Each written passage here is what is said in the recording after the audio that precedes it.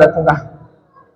اور 3 آیتوں میں ایک چیز دیکھ کے ہم سب حیران رہ جائیں گے کہ جہاں بھی فرمایا کہ جو کوئی تم میں سے نیکی کرے، جو کوئی تم میں سے نیکی کرے، من عمل صالحا من ذکر او انثى، جو بھی تم میں سے کوئی نیکی کرے، کوئی مرد نیکی کرے یا کوئی عورت نیکی کرے، وَهُوَ مُؤْمِنٌ، شرط یہ ہے کہ مرد ہو یا عورت ہو اس کے سینے میں ایمان ہونا چاہیے، ایمان کی حالت میں وہ ہو اور نیکی کرے. اگر ایمان نہیں ہے تو ساری دنیا کی خدمت خلق کرتا پھرے، اس کو کوئی فائدہ نہیں ملنا. اب وہ مومن ہو، فَلَنُحْيَنَّهُ حَيَاةً طَيِّبَةً، اللہ کا وعدہ ہے مرد بھی نیکی کرے عورت بھی نیکی کرے، ہم ان مردوں کو اور ان عورتوں کو ایسی زندگی عطا کریں گے جو انتہائی طیب اور پاک زندگی ہوگی. وَمَنْ أَصْدَقُ مِنَ اللَّهِ حَدِيثًا، لوگوں اللہ سے سچی بات کس کی ہو سکتی ہے؟ وَمَنْ أَصْدَقُ مِنَ اللَّهِ قِيلًا، تمہارے رب سے سچا کلام کس کا ہو سکتا ہے؟ تصور کیجئے میرے رب نے جس زندگی کو نیک کہا، جس زندگی کو پاک کہا کہ ہم ان مردوں کو، ہم ان عورتوں کو نیک اور پاک زندگی عطا کریں گے، دنیا کی کامیابی.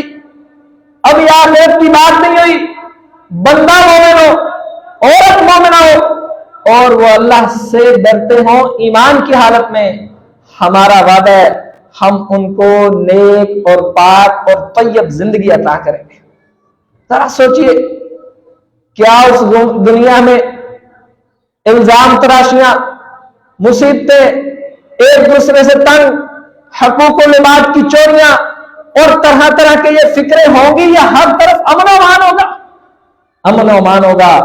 لیکن اب یہ امن و امان ہم سمجھے معاشرے کی بنیاد ہے، باپ اور ماں، خاوند اور بیوی، سارے سلسلے یہیں سے چلنے، سارے تعلق اسی سے چلنے، پورا معاشرہ اس کی بنیاد پر استوار ہے. اب مرد کے بارے میں تو ہم سوچیں کہ مرد کو نیک ہونا چاہیے، تو کیا بھائی عورت کو بھی نیک ہونا چاہیے؟ اب اگر مرد نیک ہے اور عورت نیک نہیں ہے تو زندگی طیب نہیں ہو سکتی. زندگی کے طیب اور پاک ہونے کے لیے یہ لازم اور ملزوم شرط بن گئی کہ مرد بھی نیک ہو، عورت بھی نیکی پسند ہو. پھر آپ دیکھنا اللہ تعالیٰ ایسے لوگوں کو طیب اور پاک زندگی عطا کر دے گا. ہم انہی باتوں کے گرد سوچتے سمجھتے چلے جائیں. عورتوں کا کیا کردار ہے معاشرے میں، میرا رب ہم سے کیا ڈیمانڈ کرتا ہے، اور ہماری خواتین کی تربیت کے معاملے میں، ان کی اسلام کی فہم اور سمجھ کے معاملے میں ہم مردوں کی کیا کوششیں، کیا کاوشیں ہیں، ہم کتنے پانی میں کھڑے ہیں. سب اپنے گریبان میں جھانکیں. اگر زندگی طیب چاہیے پھر ایک فرد سے نہیں، دونوں فریقین کا شامل ہونا ضروری ہے. زندگی طیب اور پاک بنے گی. اور صرف اس دنیا کا مسئلہ نہیں، من عمل صالحا من ذکر او انثى وهو مؤمن فأولئك يدخلون الجنة يرزقون فيها بغير حساب.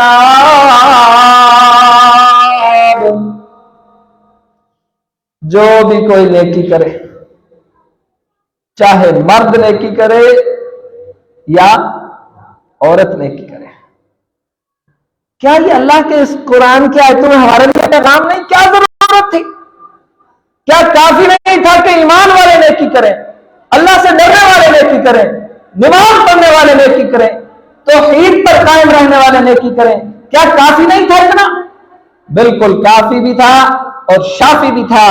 لیکن اس میں بندوں کے لیے پیغام ہے. یہ پیغام سمیٹ کے لے کے جائیں، ہم اس کو اپنے پلے باندھ کے جائیں، اللہ کے لیے اس کو ذہن میں جگہ دیں کہ پہلے ذکر ہوا مرد نیکی کرے، عورت نیکی کرے، ہم ان کو نیک اور پاک دنیا کی زندگی عطا کریں گے. اب فرمایا من عمل صالحا من ذکر و انثى، نیکی کرے کوئی مرد یا نیکی کرے کوئی عورت، ہم ایسے لوگوں کو اپنی جنت میں داخل کریں گے، یرزقون فیہا بغیر حساب، اس جنت میں ان نیک مردوں کو، نیک عورتوں کو ایسا رزق دیا جائے گا جس کا کوئی حساب کتاب نہیں ہوگا، بغیر حساب کے ان کو رزق دیا جائے گا۔ اب عورتیں یہاں پیچھے نہیں رہ رہی، ان کا کردار ساتھ شامل ہو رہا ہے، ان کی کاوشیں ساتھ ساتھ منسلک ہیں، ان کی محنتیں اس میں شامل ہیں۔ اور تیسرے مقام پہ فرمایا وعد اللہ المؤمنین والمؤمنات جنات تجری من تحتها الانہار خالدین فیہا ومساکن طیبة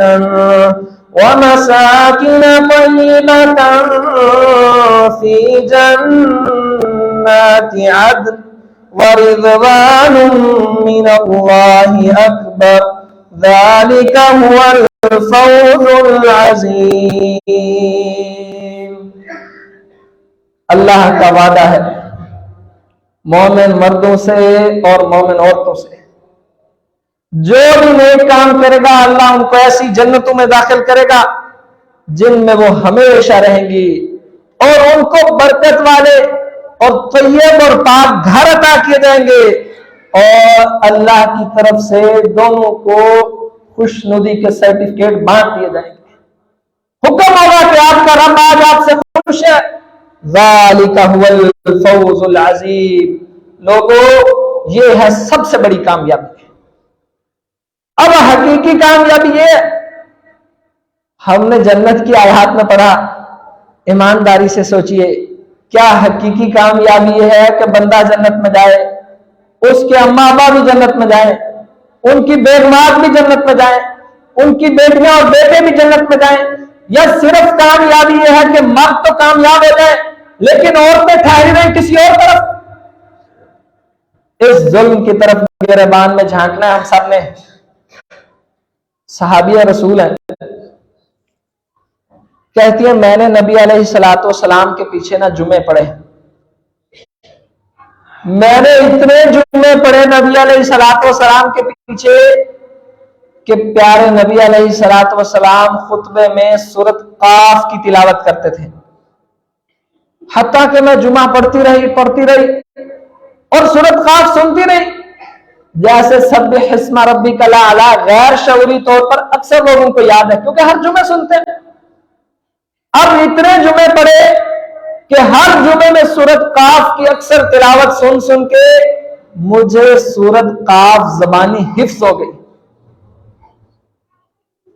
کیا جمعے کے خطبے میں میری ماں، میری بیٹی، میری والدہ، کیا ہماری خواتین بھی شامل ہوتی ہیں اس طرح؟ کیا ان تک بھی ایمان کی یہ روشنی پہنچ رہی ہے؟ کیا ان تک بھی اسلام کی باتیں اسی طرح پہنچ رہی ہیں جس طرح مردوں کو پہنچ رہی ہیں؟ اور عزیز ساتھیوں، میں آپ کو اس دور کی بات کر رہا ہوں جب مسلمانوں کے دور میں ہر عورت کا گھر ایک بہت بڑی درسگاہ ہوا کرتا تھا، اور اس وقت امہات المومنین حیات تھیں، صحابیات کے پاس امہات المومنین کے پاس خواتین جاتی، دین سیکھتی، حدیث بیان کرتی، علم میں پوری مہارت حاصل کرتی۔ ایسی خواتین موجود تھیں کہ جن کے علم کی وجہ سے کتنی بڑی تعداد میں مرد ان کے شاگرد تھے۔ آج آپ کے اور میرے ماحول میں عورتوں کو نہ گھر میں یہ ماحول میسر، اور مسجدوں میں مرد ان کو لانا گوارا نہ کرے اور ان کے ایمان کی فکر نہ کرے، پھر سوچئے بھائی سوچئے، آج مسجدوں میں ہم بیٹھے ہیں، جس طرح موجودہ دور کے فتنے ہیں، حالات چیخ کے بتا رہے ہیں، آج ہم مسجدوں میں بیٹھے ہیں، کوئی پتہ نہیں کہ اتنی تعداد میں ہماری اولادیں مسجدوں میں آ سکیں گی یا نہ آ سکیں گی۔ بھائی جن حالات میں ہمارے بڑوں نے آنکھیں کھولی ہیں، ان حالات میں یہ فتنے نہیں تھے، آج وہ فتنے منہ کھول کے بیٹھے ہیں۔ آج وہ فتنے ہماری نسلوں کو دبوچنا چاہتے ہیں، اس کا بنیادی حل ہے اولاد کی تربیت۔ پہلی ذمہ داری ماں کی ہے، خاوند کی پہلی ذمہ داری ہے نان و نفقہ، ان کا خرچہ پورا کرنا، ان کو کھانا پینا دینا، لیکن اولاد کی اولین تربیت ماں سے شروع ہونی ہے۔ کیا ماں اس قدر دین کو سمجھتی ہے کہ وہ اپنے بچوں کے اندر دین منتقل کر سکے؟ حضرت انس بن مالک بن عدی، ان کی والدہ ہیں ام سلمہ۔ زمانے جاہلیت میں نہ ان کا نکاح ہوا تھا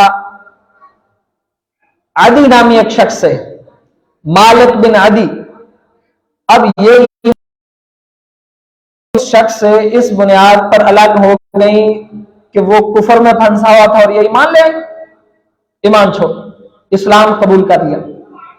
اب ایک شخص اور ابو طلحہ رضی اللہ عنہ، انہوں نے ام سلمہ کو دعوت دی کہ آپ میرے ساتھ شادی کر لیں، اسلام کی خدمت میں بھیج دیا۔ نبی علیہ الصلوۃ والسلام نے حضرت انس کو کسی کام بھیجا، کام گئے تو ماں مل گئی آگے سے۔ یہ آپ کے ہمارے بچے بھی روزانہ یہ سوال ماؤں سے کرتے ہیں، لیکن علم اور فہم نہ ہونے کی وجہ سے ماؤں کے غلط جوابات نے غلط تربیت جنم لی ہے۔ ایک جگہ میں ایک تحریر پڑھ رہا ہے، ایک ماں کہنے لگی اس کے بیٹے نے نا کسی تائی کی، پھوپھی کی، چاچی کی جاسوسی کر کے لا کے ماں کو خبر دی۔ آگے سے والدہ محترمہ فرمانے لگی دیکھا میرا بیٹا کتنا ذہین فتین ہے، جب یہ ابھی پیدا ہونا تھا تب میں جاسوسی کے ناول پڑھتی تھی، وہ ساری صفات اس میں آ گئی۔ انا للہ و انا الیہ راجعون۔ یہ زہر آپ کے اور ہمارے فون اور یہ ڈرامے، یہ زہر اور یہ گند گھول رہے خواتین کے ذہن میں۔ اب صحابیہ رسول بچے سے پوچھتی ہے، بیٹے سے، بیٹا خادم ہے نبی علیہ الصلوۃ والسلام کا، اے بیٹے کدھر جا رہے ہو؟ بولا نبی علیہ الصلوۃ والسلام نے کسی کام بھیجا ہے۔ اماں پوچھنے لگی کیا کام ہے؟ بیٹا کہنے لگا کہ جو کام ہے نا وہ پیارے نبی کی میرے پاس امانت ہے، لہذا نبی کی امانت ماں کو نہیں بتا سکتا۔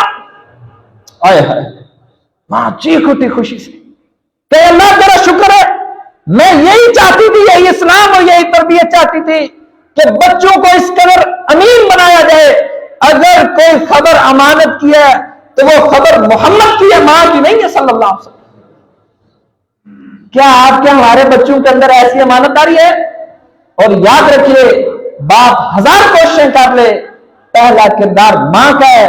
آپ ماں سے زیادہ بچے کے ساتھ وقت نہیں گزار سکتے جتنا مانوس بچہ اپنی والدہ سے ہوتا ہے، اپنے باپ سے نہیں ہوتا۔ اب والدہ کی فکر کریں، ہم سوچیں کہ ہم اپنی آنے والی نسلوں کو کیا اسلام ان کو تحفے میں دے رہے ہیں۔ معاشرے کا ایک عام سا سوال ہے، فرض کر لیجئے بچہ سوال کرتا ہے نا کہ امی یہ بتائیں یہ کس نے بنایا؟ اللہ نے بنایا۔ اللہ کون ہے؟ اللہ ہمارا رب جس نے اتنا۔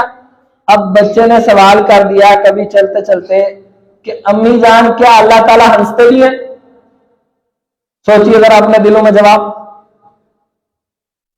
کہ عام ماں کیا جواب دے گی؟ توبہ استغفار، اللہ تعالیٰ ہنستے نہیں، ایسے نہیں ہوتا۔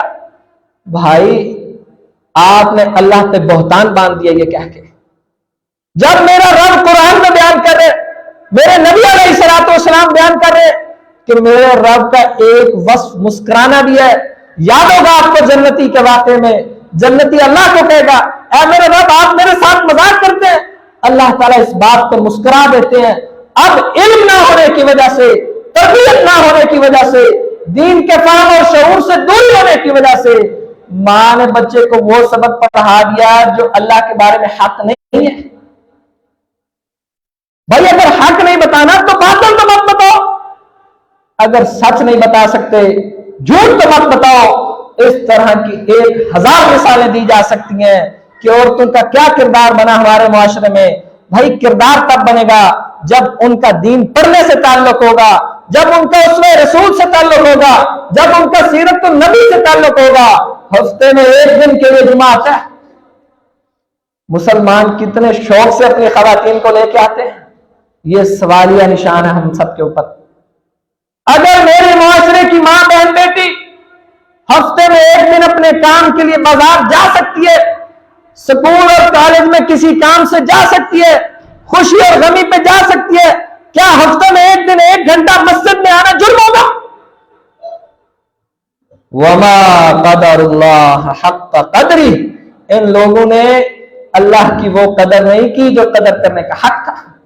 بازار کا حق زیادہ، تعلیمی اداروں کا حق زیادہ، میل جول کا حق زیادہ، بس مسجد کا حق تھوڑا رہ گیا۔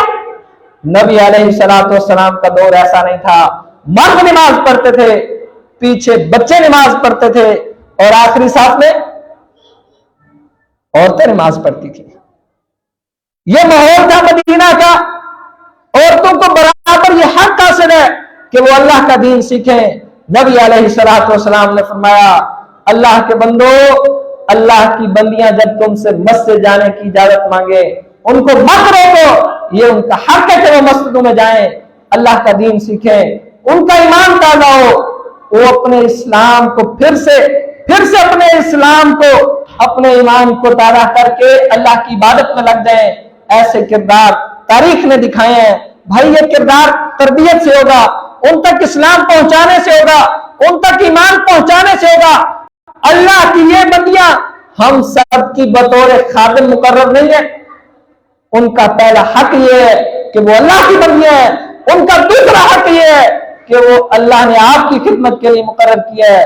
اور کلکم راعٍ وکلکم مسئول عن رعیتہ، ہم میں سے ہر شخص قیامت والے دن ہم میں سے ہر شخص سے میرا رب پوچھے گا کہ آپ بتائیں آپ نے اس کی کتنی فکر کی؟ کیا ہم اس کا جواب تیار کر سکے؟ اگر ہمارے پاس اس کا مثبت جواب ہے، مبارک ہو ایسے خوش نصیب شخص کو، اللہ اس کو نیک صالح اولادوں سے نوازے گا، وہ اولاد مستقبل کا امام بنے گی، اس کی آنکھوں کی ٹھنڈک بنے گی، اس کی قبر پہ دعاؤں کے لیے کھڑے ہوں گی۔ وہ یہاں دنیا سے چلا جائے گا، لوگ نام لے لے کے بتائیں گے کہ یہ فلاں شخص کی اولاد ہے، کیوں؟ اس نے محنت بڑی کی، اس نے دعائیں بڑی کی، اس نے فکر بڑی کی، اس نے عادتیں ڈلوا دی بچوں کے اندر اپنی ماں کے ذریعے۔ باپ وہ عادتیں نہیں ڈال سکتا۔ عرب کے خاتون چھوٹی عمر کے بچے کو خود وضو کیا اور 1-2 سال کے بچے کے ہاتھ دھلا دیے، منہ دھلا دیے۔ ساتھ عورت نے کیا کیا؟ کہنے لگی 5-5 6-6 مہینے سال کے بچوں کو روٹی کھانا سکھاتے ہو نا، ہاتھ میں لقمہ دے دے کے تربیت کرتے ہو کہ یہ روٹی ہوتی ہے، یہ وہ ہوتا ہے، اس طرح چوسا اور چبایا جاتا ہے۔ روٹی چھوٹا کام ہے، ایمان بڑا کام ہے۔ میں چاہتی ہوں جب یہ اپنی بڑی عمر کو پہنچے، جس طرح اس کو روٹی کھانا یاد ہے، اس کی زندگی کی عادتوں میں شامل ہو جائے کہ وضو کرنا بھی عبادت ہے۔ ایسی مائیں بھی تاریخ اسلامیہ میں رہی ہیں، اور ہم اچھی طرح سمجھ سکتے ہیں جب مائیں ایسی جنم لیں گی تو یقین جانیے پھر امام بھی ایسے جنم لیں گے، پھر گھروں کے ماحول میں رحمتیں اور شفقتیں بھی اس طرح ہوں گی، اللہ کی برکتیں بھی ایسی ہوں گی۔ نبی علیہ السلام نے فرمایا، ایک بندہ صبح تہجد کے لیے اٹھے اور وہ اپنی اہلیہ کو تہجد کی نماز کے لیے اٹھائے، اگر وہ اٹھنے میں مشکل ہو اس کے اوپر چھینٹے مار کے کسی طرح بھی محبت سے ان کو اٹھائے، فرمایا اللہ اپنی رحمت نازل کرے ایسے مرد اور ایسی عورت کے اوپر۔ وہ مستحق ہے اللہ کی رحمت کے، ان کی کوششیں اللہ کو پسند آ رہی ہیں، ان کی کاوشیں اللہ کے ہاں لکھی جا رہی ہیں، یہ سب منظرنامے محفوظ ہو رہے ہیں۔ اللہ یہ کوششوں اور کاوشوں کے صلے ان کی اولادوں میں ان کو دکھائے گا، اللہ ان کی آنکھیں ٹھنڈی کروا دے گا۔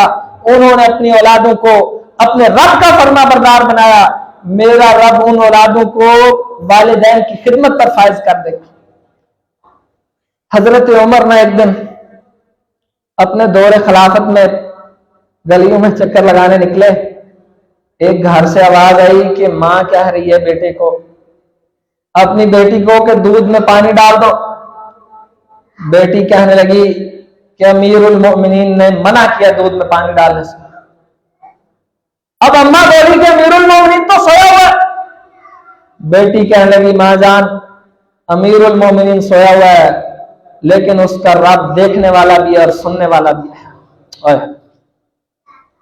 حضرت عمر بس یہ واقعہ سنا اور گھر چلے گئے، اپنے بچے اکٹھے کیے، اپنے بچوں کو کہنے لگے یہ مسلمانوں کا رشتہ ہونے لگا ہے، میں اپنے معاشرے کے رشتوں کی بات نہیں کروں گا، مجھ سے زیادہ آپ جانتے ہیں کہ ہمارے کیا معیار ہے، ہماری کیا ڈیمانڈ ہے، ہماری کیا خواہش ہے، ہماری کیا ترجیحات ہیں، ہم کس گندگی اور کس دلدل میں پھنسے ہوئے ہیں، ہم کتنے بڑے اور خوبصورت اسلام کے وارث تھے، ہم کتنی عمدہ اور سادہ تہذیب کے وارث تھے، ہم کس قدر پاک تعلقات کی تعریف رکھتے ہیں، لیکن آج اپنے گھربان میں بھی جھانکتے گئے، اپنے بچوں کو اکٹھا کیا، کہنے لگے بیٹو اب عمر فاروق کی وہ عمر نہیں رہی، ورنہ عمر اپنے لیے رشتہ ایک پسند کر لیتا، میں نے ایک رشتہ دیکھا، بتاؤ تم میں سے کون شادی کرے گا؟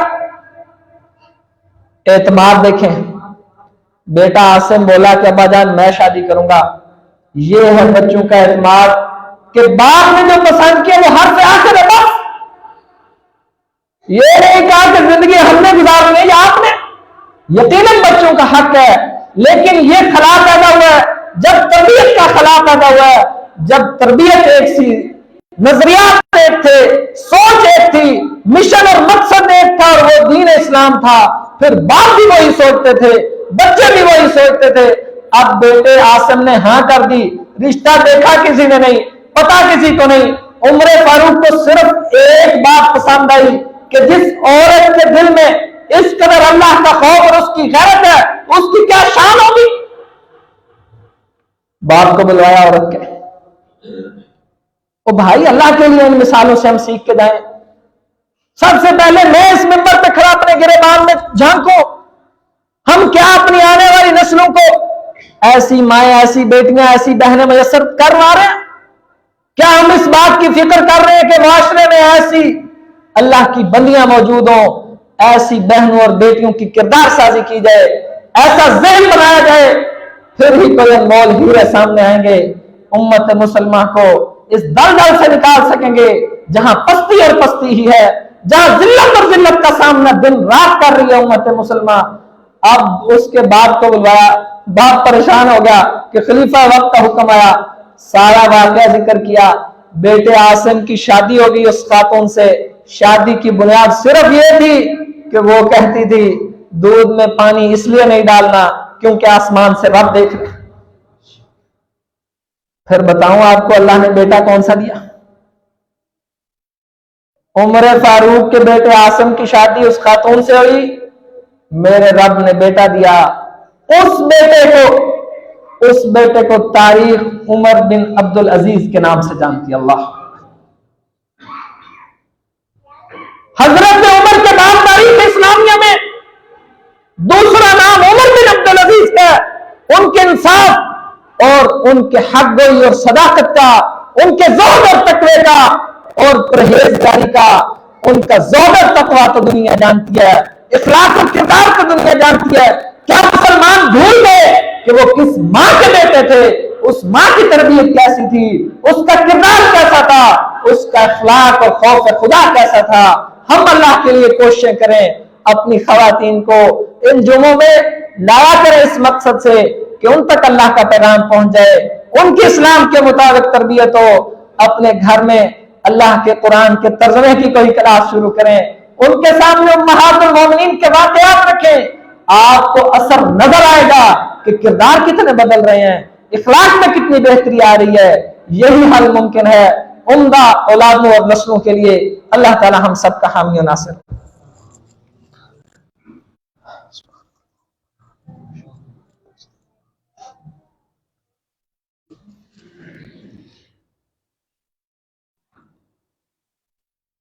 ان الحمد للہ نحمده ونستعینه ونستغفره ونعوذ بالله من شرور انفسنا ومن سيئات اعمالنا من يهده الله فلا مضل له ومن يضلله فلا هادي له ونشهد أن لا إله إلا الله وحده لا شريك له ونشهد أن محمدا عبده ورسوله صلی اللہ علیہ وسلم۔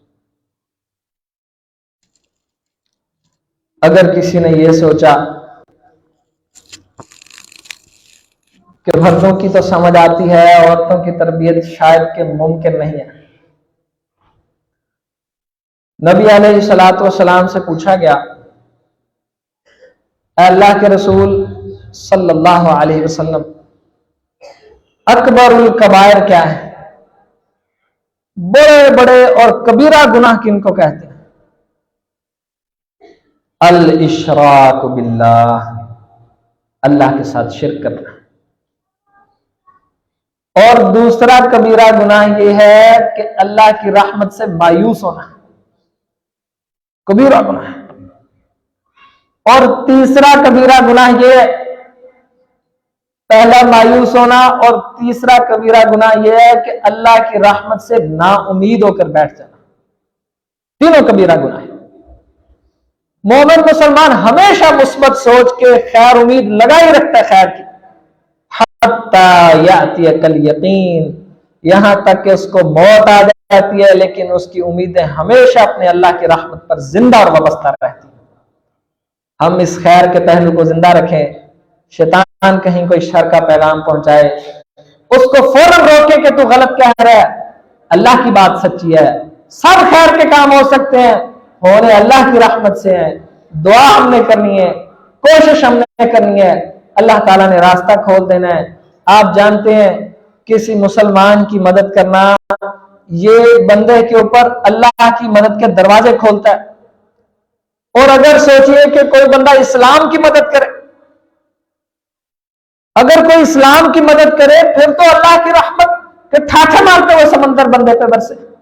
یہ ہمارے کسی ادارے سے ایک ساتھی آئے ہیں اپنے ادارے کے ساتھ تعاون کے لیے، آپ سب احباب اللہ کی رضا کے لیے ضرور تعاون کر کے جائیں۔ اور یہ دعا کے لیے بھی کہا ایک ساتھی نے، ہماری بڑی دلی دعا ہے اللہ تعالیٰ ان کو شفائے کاملہ عطا فرمائے۔ آپ سب بھی دعا کریں، مسلمان کے لیے دعا کرنے سے ایک فرشتہ ہمارے لیے دعا کرتا ہے، اور یقیناً ہم سب دعا کریں گے اللہ تعالیٰ اس کا غم، اس کی تکلیف دور کر دے گا، اور اس کی رحمت پر اس بندے کا یقین اور بڑھ جائے گا، اور یقین بڑھنے کی وجہ آپ اور ہم بن جائیں گے، اس کا اجر بھی ہمیں ملے گا انشاءاللہ۔ اللہم اعز الاسلام والمسلمین، اللہم اذل الشرک والمشرکین، اللہم دمر اعداءک وعداء المسلمین، اللہم اعزنا ولا تذلنا ولا تنصر علينا، آتنا في الدنيا حسنة وفي الآخرة حسنة وقنا عذاب النار، ربنا تقبل منا إنك أنت السميع العليم وتب علينا إنك أنت التواب الرحيم، وصلى الله تعالى على النبي الكريم۔ لا إله إلا الله، أشهد أن محمدا رسول الله، حي على الفلاح، حي